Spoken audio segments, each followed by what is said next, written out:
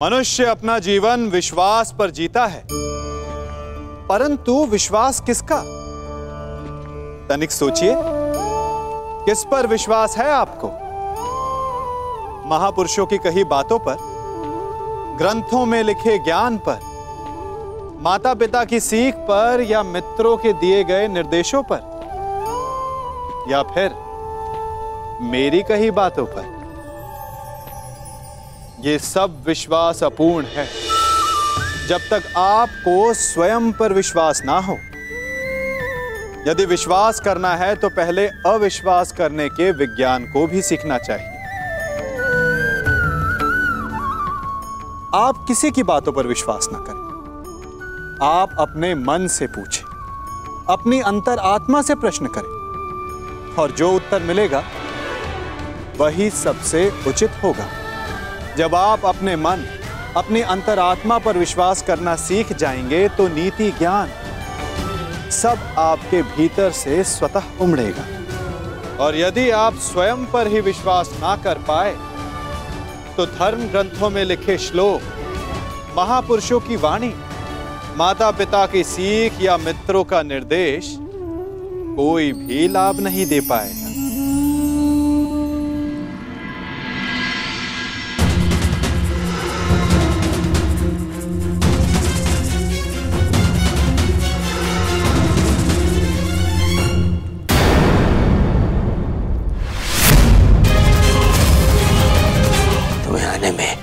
अनेक विलंब हो गया अनुज, अनेक विलंब।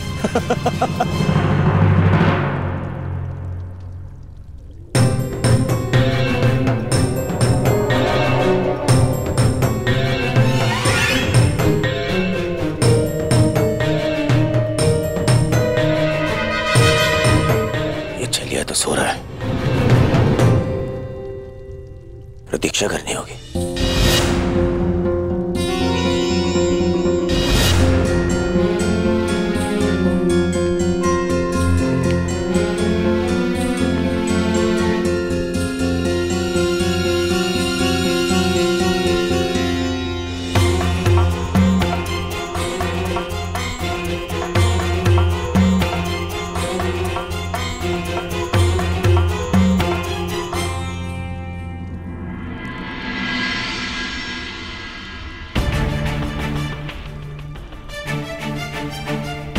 माधव विश्राम कर रहे हैं, जगाना उचित नहीं होगा।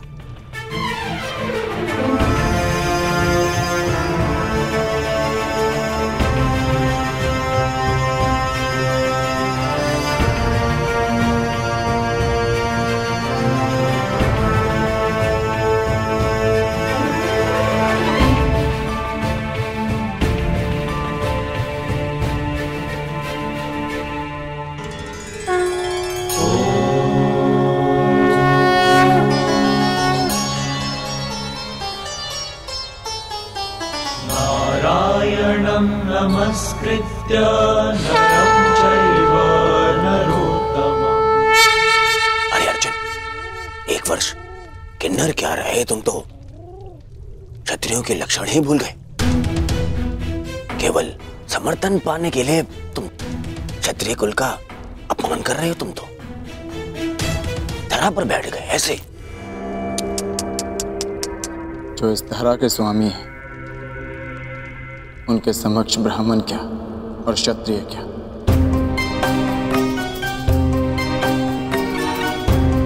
ना मैं इस समय क्षत्रिय हूं और ना ही मेरे मन में समर्थन का लोभ।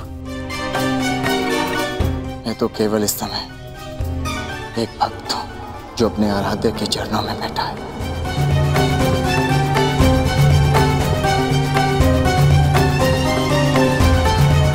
बैठो बैठो।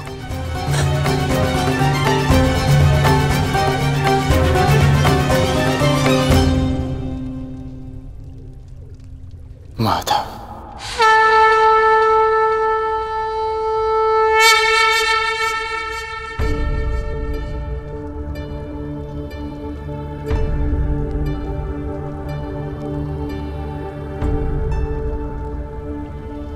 कब आए पार्थ?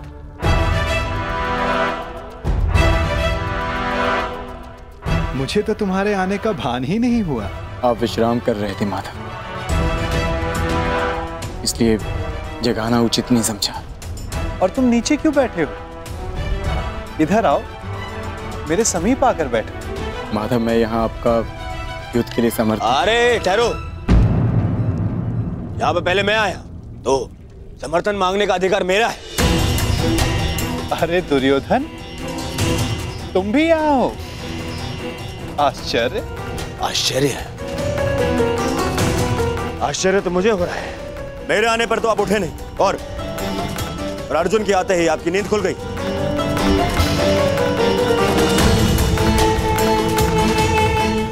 वासुदेव, मैं यहां अर्जुन से पूर्व उपस्थित हुआ हूं, इसलिए समर्थन मांगने का अधिकार पहले मुझे मिलना चाहिए।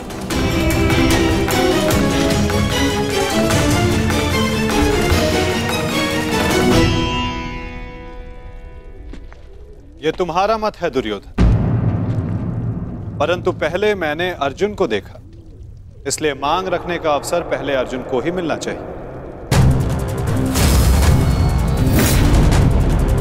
यही धर्म है।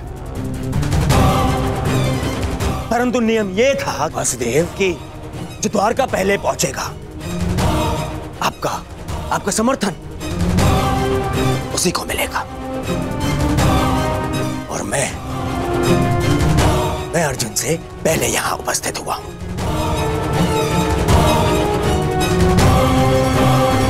कदाचित तुमने नियम ठीक से नहीं सुना था दुर्योधन। नियम यह था कि द्वारका पहुंचकर मेरे समक्ष आकर प्रथम जो समर्थन की मांग करेगा, मैं उसका साथ दूंगा। अब आप कुतर्क का सहारा ले रहे हैं वासुदेव।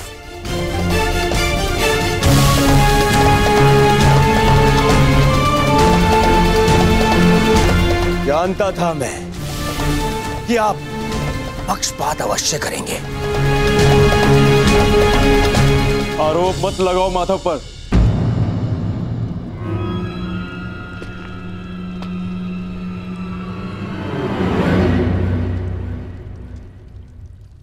दुर्योधन सत्य कह रहा है माधव। मुझसे पूर्व ये यहां उपस्थित था, परंतु आपके पीछे बैठने के कारण आप इसे देख नहीं पाए, इसलिए समर्थन का पहला अवसर दुर्योधन को ही मिलना चाहिए।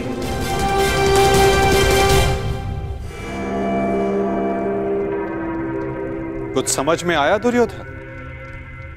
कुछ मांगने के लिए अहंकार नहीं, विनम्रता होनी चाहिए।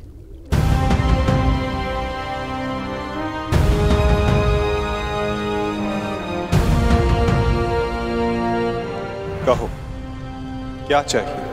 मैं चाहता हूं कि आने वाले महायुद्ध में द्वारका हम कौरवों का समर्थन करें विनम्रता से।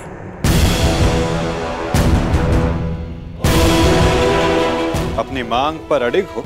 हाँ, अड़िग हूं। मेरी यही मांग है। मैं चाहता हूं कि महायुद्ध में द्वारका हम कौरवों का समर्थन करें। ठीक है, तथास्तु।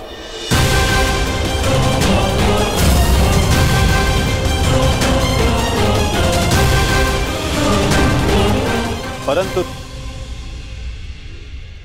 तुम्हारे इस वचन ने मुझे बहुत बड़ी उलझन में डाल दिया है दुर्योधन। अब मुझे हस्तिनापुर के साथ साथ इंद्रप्रस्थ की भी सहायता करनी होगी।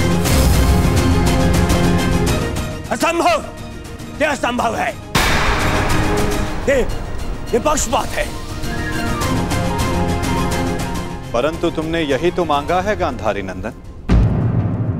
मैंने वचन बोलने से पूर्व अपने मन की तुला पर उन वचनों को तौल लेना चाहिए दुर्योधन।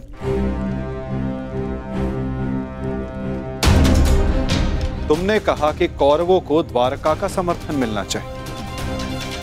अपने द्वेष के कारण तुमने पांडवों को सदा भिन्न माना।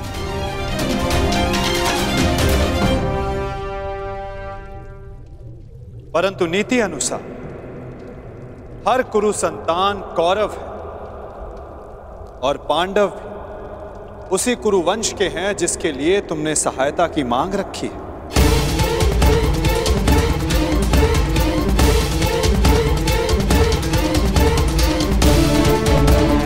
इसलिए मुझे अपना समर्थन दोनों पक्षों में बांटना होगा।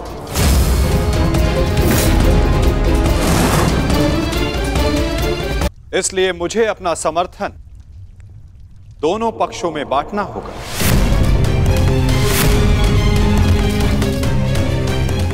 क्या करूं? पक्षपाती होना मेरे स्वभाव में जो नहीं। पक्षपात तो कर ही रहे हैं आप। हम दोनों एक दूसरे के विरुद्ध खड़े हैं, तो स्पष्ट कीजिए हम दोनों को एक साथ कैसे समर्थन देंगे आप?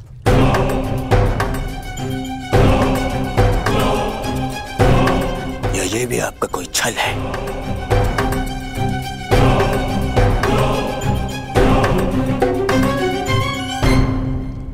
विभाजन से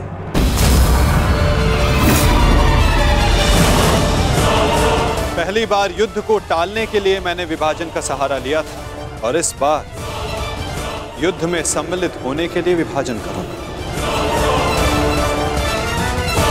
मैं द्वारिका की शक्ति को 2 भागों में विभाजित करूंगा।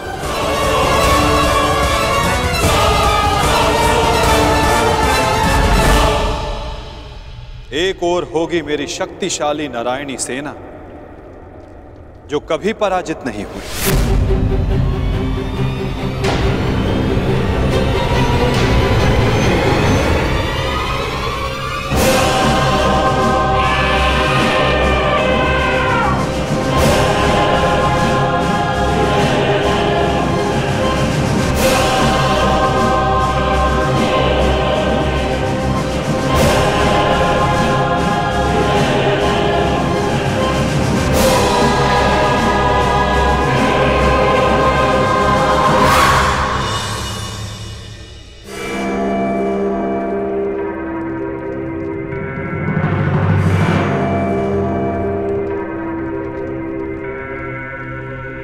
और दूसरी ओर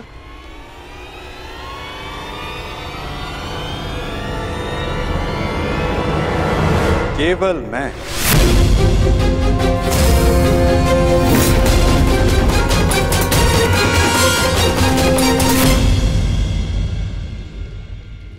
अकेला और निहत्था। मैं वचन देता हूं किसी भी परिस्थिति में मैं इस युद्ध में अस्त्र नहीं उठाऊंगा।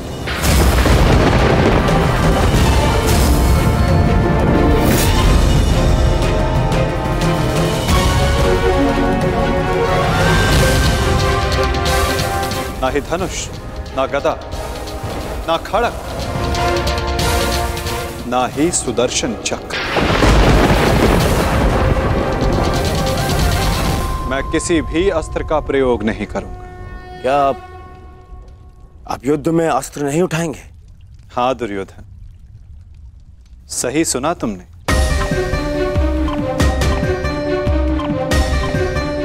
मैंने निर्णय ले लिया है कि मुझे क्या चाहिए। नहीं दुर्योधन, पहले तुम्हें मांगने का अवसर नहीं मिलेगा। क्या? ये मांग कुरुवंश के मध्य हो रही है और अर्जुन तुम्हारा अनुज है और धर्म कहता है कि मांगने का पहला अधिकार अनुज का होता है। कोई अनुज नहीं है, वो शत्रु है ये मेरा। और आपने ने कहा था जो आपके समक्ष पहले आएगा आपका समर्थन उसी को मिलेगा। मैंने अपना वचन निभाया दुर्योधन। तुमने कुरुवंश को समर्थन देने की मांग की और कुरुवंश के लिए मैंने अपनी शक्ति को 2 भागों में विभाजित किया। अब विषय नीति का है दुर्योधन, और नीति के अनुसार प्रथम मांगने का अधिकार अर्जुन को। यदि बात नीति की है तो इस अर्जुन का यहां आना ही नीति सम्मत नहीं है। किसी राज्य का राजा नहीं है वो। राजा तो तुम भी नहीं हो युवराज दुर्योधन, परंतु मैं अपने पिता महाराज धृतराष्ट्र का प्रतिनिधित्व करता हूं। और मैं अपने ज्येष्ठ भ्राता महाराज युधिष्ठिर का प्रतिनिधित्व करता हूं। राजा है? कैसा राजा? 13 वर्ष पूर्व उनसे उनका सिंहासन छिन चुका है, और वही सिंहासन उन्हें मिले, इसलिए ये युद्ध हो रहा है। तो यदि तुमने राज्य लौटा दिया होता तो ये युद्ध कभी नहीं होता। यदि अज्ञातवास पूर्ण किया होता तो राज्य अवश्य लौटा देता। दुर्योधन!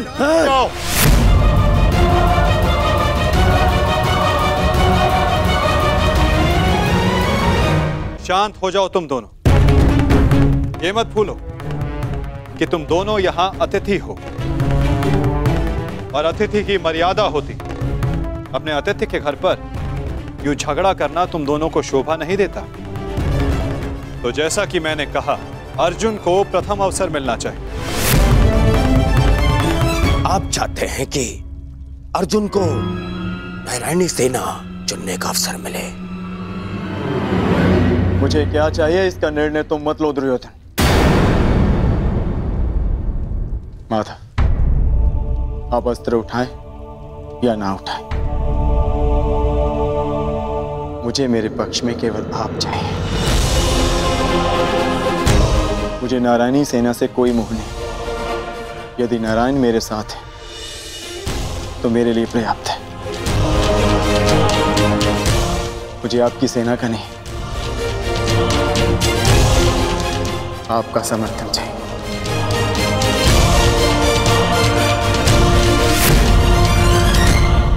क्या आपको यह विनती स्वीकार है माता?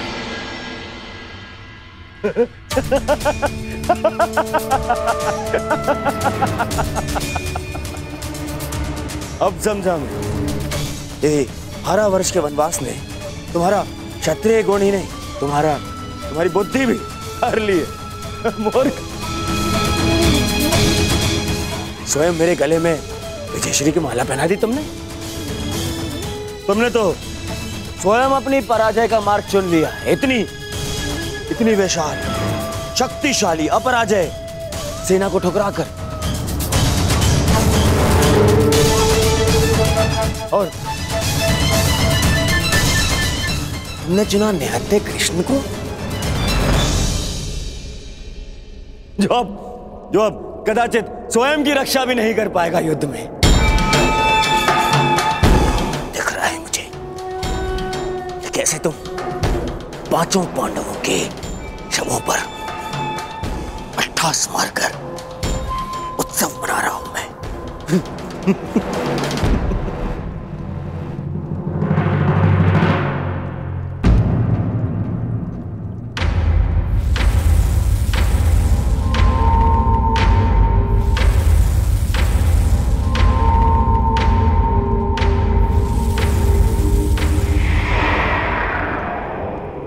मुस्कुरा रहा है।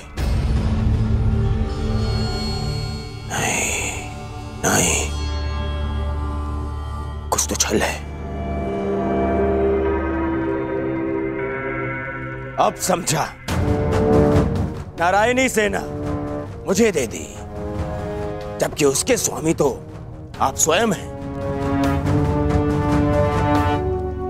वो अपने ही स्वामी पर प्रहार कैसे करेगी?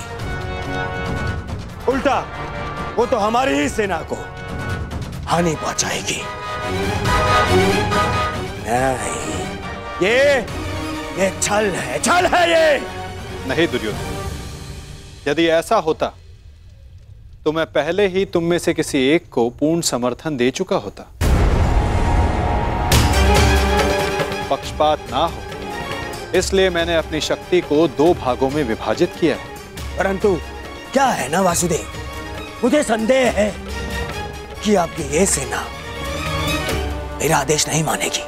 अवश्य मानेगी।